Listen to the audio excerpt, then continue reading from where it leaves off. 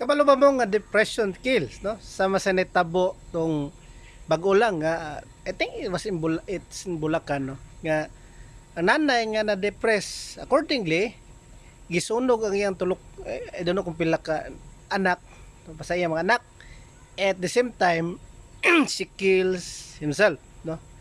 In the usual case of depression, it's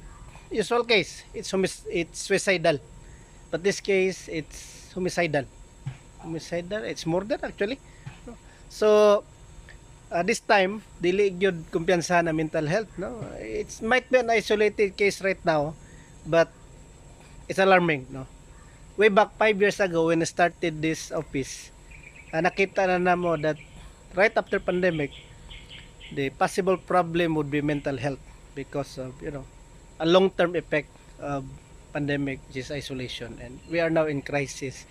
So uh, for everyone, no, kung natay mapansin sa atong kapamilya, amigo or amiga nga na changes, no, silence, so try to talk to them, try to figure it out.